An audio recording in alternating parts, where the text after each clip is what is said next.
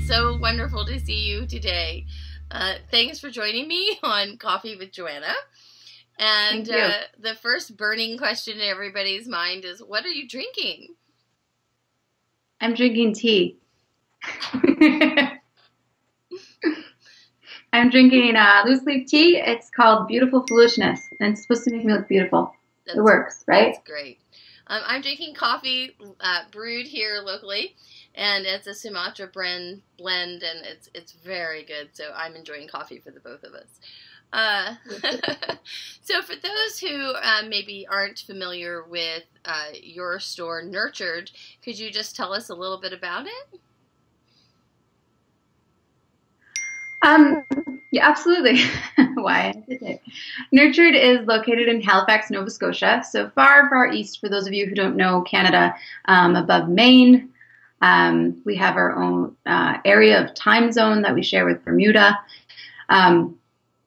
Nurtured is in the Maritimes, and we were the first natural parenting store to set up shop in the Maritimes. We've been online for 9 years and storefront for 6. And we actually just moved to a new location. So we have a really beautiful, gorgeous area for baby wearing, mannequins all laid out, and it's been really fun seeing it come together. That's really great. I guess you have some mirrors too, yes?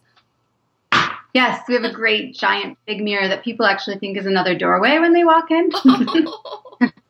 They start to head towards that direction. We're like, oh, would you like to see a carrier? It's always a great opportunity to talk about baby wearing. Oh, that's wonderful. So talking about baby wearing, do you mind sharing with us a little bit how you and your husband Eric kind of found that baby wearing bug?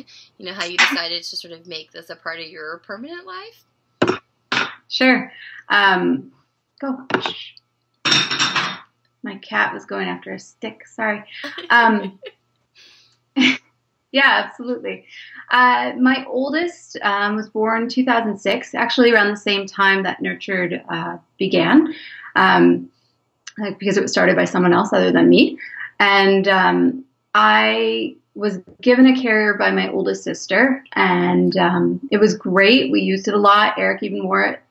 And we have funny pictures that we look back kind of wanting to correct a few things, but nothing major. And then about 2 years after he was born, we were headed to Indonesia to go visit some friends. And I knew I wasn't going to travel with a stroller. I knew I wasn't going to travel with, the carrier he had outgrown. So I went in search of a wrap. And I wish I'd had a store like mine to learn from, because I look back at those photos and I see my twisted straps and, nothing's really wide across my back. Yeah. So I didn't learn that at the time, though. I just used it and wore it, and it was great. It was about travel for me at that point, because my child was getting a bit older and heavier and so on. And we did a lot of hiking and stuff, so I used lots of different options. But when I bought my store, I didn't know I was expecting. And I was really lucky to have another baby after I had learned from my predecessor the way to teach people about baby wearing. Yeah. And I became quite passionate about it right away because I had done it. But now I could do it even better with more knowledge.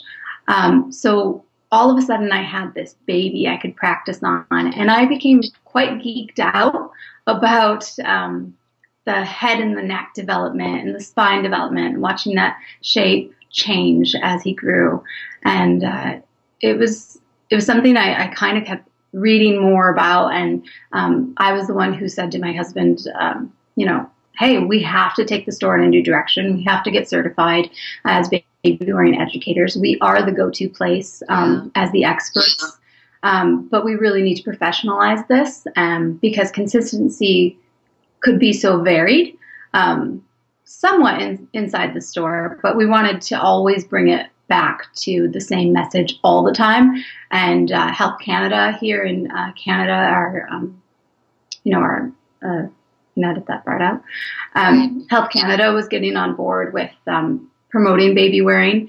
And they've just come out with the visible and kissable rule, and so really following suit with keeping up with all of that, as well as setting a bar in the area.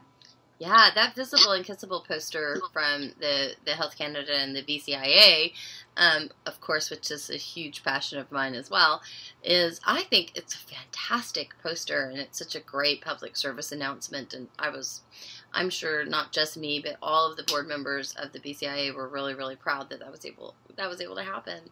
So I'm glad that you guys have that too. That's really great to hear. Having a retail store, I mean, I know from experience, and I know so many people talking to us may be thinking, or listening to us, maybe thinking, this is something they really want to do. A lot of times it sounds really easy, but I know for a fact that it's a very difficult, draining. It requires a lot of energy and much more time than probably you anticipate at first. But could you share with us some of the things that you and Eric do in order to sort of renew yourselves so that you can continue to come back into the store and offer that really incredible service for your customers? Yeah, I giggle because Eric and I are quite complementary. Yeah. Yes, you are, actually. So our downtime is very different. We enjoy time together, of course, but our downtime is very different. So I do yoga. I've got a great class that I go to, and she loves telling us to kind of focus on something. And sometimes, I'm kicking things out of my body, and so I'm very cathartic that way. But I'm quite active. If I can get moving, that generally helps the stress. That's great. Tell us, I know Eric isn't there, but I feel like he's such a part of you in the store. And I get to see him maybe a little bit more frequently because he goes to the trade shows. Yep. What is he doing that is his downtime, or would he mind you telling me? I think he would mind me telling you. Okay, never mind. Usually I'm teasing. He's usually the first person to tell you about the greatest binge shows to get on Netflix. And I mean, every customer can talk about, whatever they're watching while they're, home for their 1 year of mat leave. And he comes up with some really off-color comments too, that our customers get a really lovely, varied experience because of our involvement in the store. Yeah, he is, for those who don't know him, he's a really great guy. And I was lucky enough to spend 3 wonderful days with you guys, and I got to see him as a dad. And he's such an incredible dad. And that's just not something that, you can just say enough. And it's just really wonderful to see. And I'm sure that for the men who come into the store, the families who come into the store, it's just a really wonderful experience to see the 2 of you guys there. So that's awesome. One other wonderful question, and it's my favorite question because I love to hear what you're going to say. What if you could have any superpower, any in the whole world? What would your superpower be? I don't know. Shoot, my kids would be so disappointed in me because they have like a list of 10. I'm sure. We just watched Big Hero 6 the other day together. And there's a whole list of superpowers. I think I would probably want to do something gracious and like cure all. I don't know. I'm too sensitive for these things. I don't want to have power. I want to help. Yeah. That's acceptable. I gotta come up with something like flying. Man, I'd love to fly. Yeah. Flying would be nice. I'd like to be able to fly too. Awesome.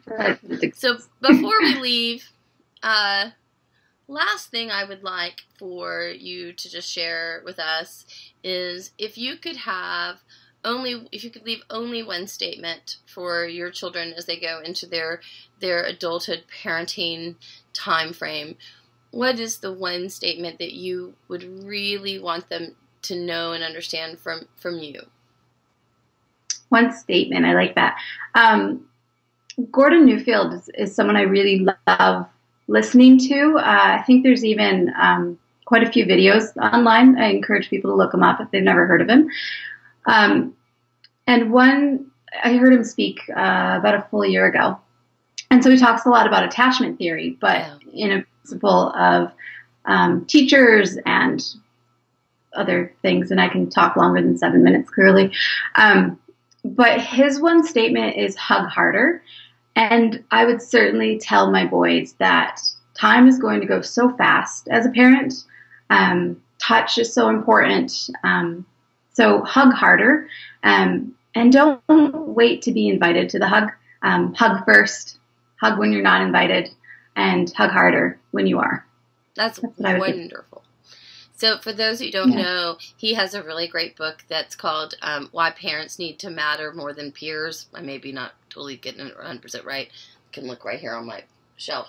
But it is by far one of the most important books I think any parent could read. It's certainly in my book list. And that's a great hug harder. That's wonderful. Good. I actually attended a talk by him. I think it was the month after I had done your sessions. So, yeah, after he was certified. I heard him speak and everything came together. It's really neat. Yeah, he's wonderful. I'm so glad that you had that opportunity. Yeah. So I would like to sign off and say thank you for joining us. And I hope that, again, in a couple of years or maybe a little bit later in time, we get a chance to check back with you and see how things are going and how you guys have had an opportunity to progress.